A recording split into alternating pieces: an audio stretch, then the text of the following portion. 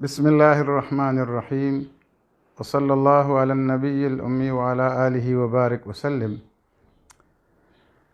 چند دنوں سے ایک وائس میسج مختلف واٹس ایپ گروپس میں گردش کر رہا ہے اور تقریباً ہمارے پورے ملک میں وہ پھیلایا گیا ہے۔ اس میں ایک بندہ ہے، وہ یہ بتا رہا ہے کہ حیات آباد میں قادیانیوں کی سرگرمیاں بڑھ گئی ہے اور انہوں نے ایک مکان لیا ہے اور اس میں وہ اپنا مدرسہ اور اپنی مسجد، اپنی عبادت گاہ وہ بنا رہے ہیں۔ اور انہوں نے جس انداز سے وہ بات کی ہے تو جب بھی کوئی مسلمان اس کو سنتا ہے تو ضروری بات ہے کہ اس کو تشویش ضرور لاحق ہوگی، لیکن اس بندے نے جس انداز سے یہ بات کی ہے اس میں انہوں نے چند نام لیے ہیں۔ اس میں ایک نام میرا بھی لیا ہے اور میرے حوالے سے انہوں نے یہ کہا ہے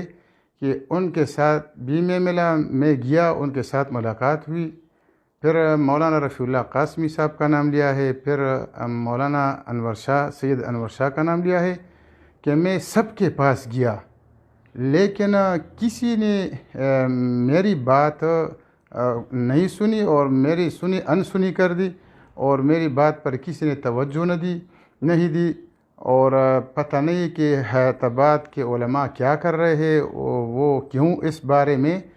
وہ غفلت کا مظاہرہ کر رہے ہیں۔ کچھ اس انداز سے انہوں نے بات ہی کی ہے۔ تو سب سے پہلے تو میں اپنے متعلق یہ بات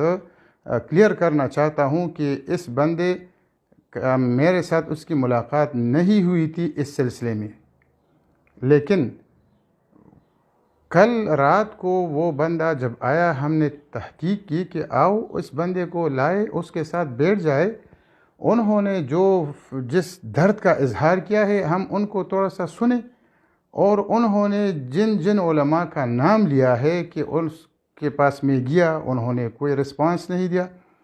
تو پھر وہ جب ان کے ساتھ ہماری ملاقات ہوئی اور ہمارے بڑے ذمہ دار علماء اس مجلس میں بیٹھے تھے، تو سب سے پہلے تو میں نے ان سے یہ سوال کیا کہ آپ میرے پاس آئے ہیں، آپ تو میرے ساتھ آپ کی ملاقات نہیں ہوئی، تو آپ نے کس طرح ویڈیو میں یہ بات کی ہے؟ تو انہوں نے کہا کہ میری ملاقات فلاں بندے کے ساتھ اس مسجد میں ہوئی تھی۔ تو میں نے کہا کہ پھر آپ نے اس سے یہ معلومات نہیں کی کہ میں نے جب آپ کو یہ مسئلہ بتایا تو پھر آپ نے کیا تحقیق کی؟ تو اس بندے نے کہا کہ ہاں میری آپ کے ساتھ ملاقات نہیں ہوئی تھی، لیکن پھر میں نے ان کو بتایا کہ جب آپ اس بندے کے ساتھ ملے جو ہمارا نائب تھا یہاں، تو انہوں نے جب مجھے بتایا تو میں نے فوراً اس مکان پر ان کو بھیج دیا اور وہاں اس کو کہا کہ مکمل تحقیقات کر کے مجھے رپورٹ دے دے، اور انہوں نے تحقیقات بھی کر لی، آس پاس لوگوں سے بھی معلومات کیے اور مجھے آ کر بتایا کہ اس طرح کوئی سرگرمی نہیں ہے۔ تو پھر میں فوراً عمرہ پہ چلا گیا۔ اسی طرح اس بندے نے جب مولانا رفیع اللہ صاحب نے اس سے سوال کیا کہ آپ جب آئے میرے پاس اور آپ نے مجھے اس تشویش کا اظہار کیا، تو آپ نے پھر یہ کلپ چلانے سے پہلے، یہ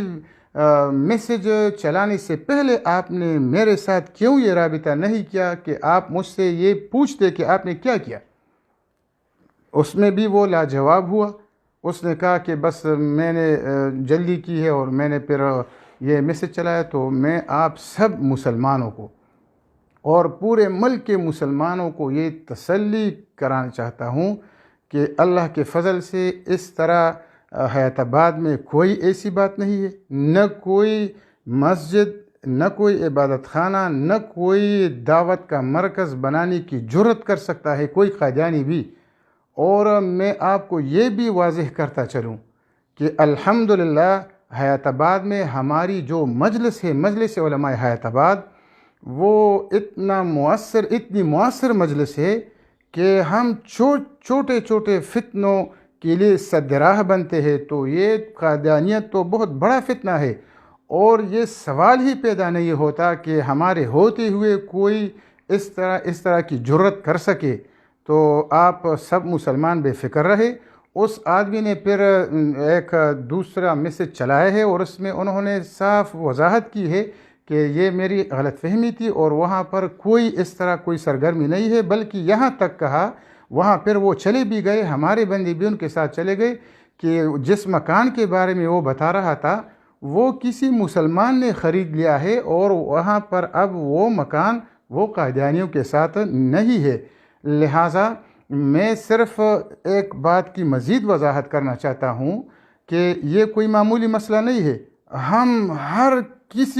کسی بھی بات کو برداشت کر سکتے ہیں، لیکن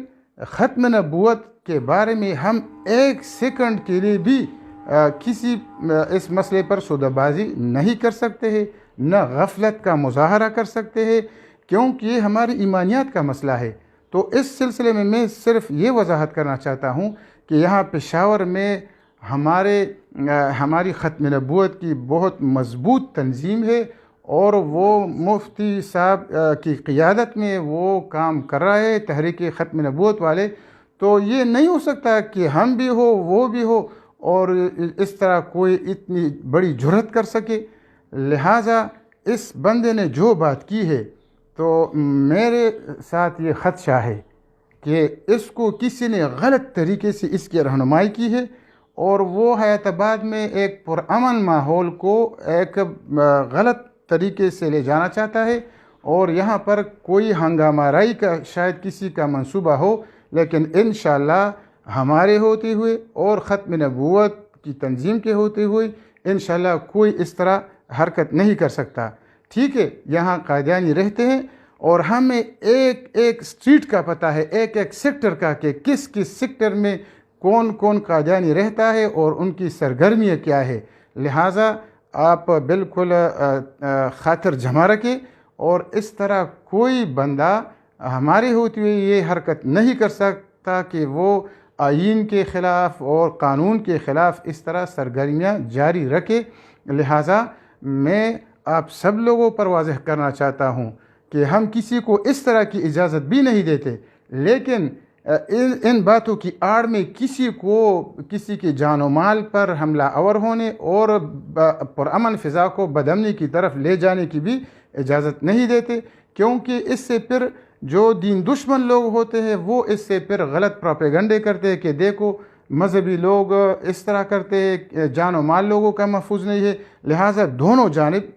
ہم انشاءاللہ ہماری توجہ بھی ہے اور ہمارے اس پر کڑی نگرانی بھی کر رہے ہیں، اور انشاءاللہ ایسی کوئی بات نہیں۔ آپ سب مسلمان تسلی رکھیں، چونکہ یہ میسج بہت زیادہ وائرل ہوا تھا، اسی وجہ سے ہم نے اس وضاحت کی ضرورت محسوس کی۔ السلام علیکم۔